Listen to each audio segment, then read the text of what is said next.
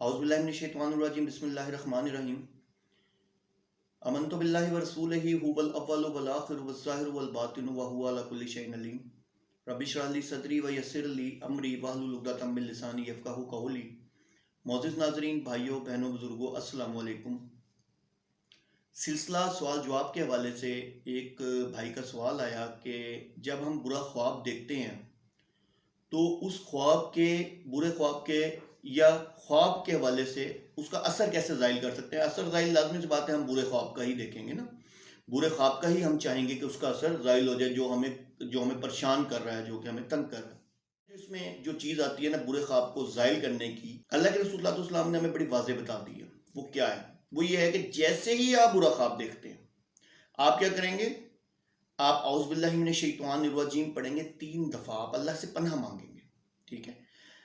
तो उसके बाद आप क्या करेंगे? आप औज़ुबिल्लाहि मिनश शैतानिर रजीम 3 दफ़ा पढ़ने के बाद आप अपने बाएं जानिब 3 दफ़ा थू थू थू करेंगे। और उसमें थू में बेहतर ये है कि आपका जो लुआब है वो बाहर, लुआब आपका निकलना चाहिए हल्का हल्का ना, जैसे थोड़े थोड़े छींटे बाहर निकलने चाहिए। उसके बाद क्या होगा? उसके बाद आप क्या करेंगे कि आप ये अल्फाज बोलेंगे कि बेशक अच्छा ख्वाब अल्लाह की तरफ से है, बुरा ख्वाब शैतान की तरफ से है, ठीक है।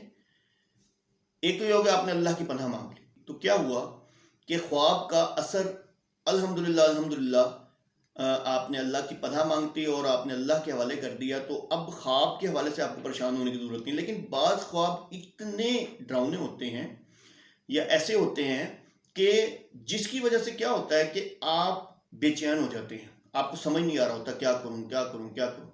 तो उसके लिए आपने क्या करना है? उसके लिए आपने क्या करना है कि आपने उठना है, उठने के बाद वजू करना है, 2 रकात पढ़नी है, 2 रकात पढ़ने के बाद अल्लाह से दुआ करनी है, अल्लाह से पनाह मांगनी है। पनाह मांगने के बाद आपने जिस करवट पहले सो रहे थे वो करवट चेंज करके सो जाना। और सुबह उठ के आपने कोई भी अपना सदका जो है वो देना। जब आप सदका दे देंगे, ठीक है, सदका दे देंगे, तो क्या होगा?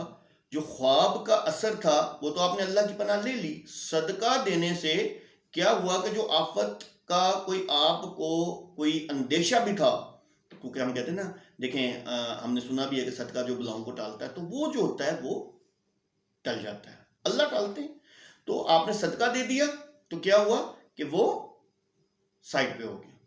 तो इस तरीके से आप ख्वाब को जाहिर कर सकते हैं, ठीक है। और देखें, ख्वाबों की मैंने पहले भी, मेरी एक वीडियो है उसमें नौयत होती है, ठीक है।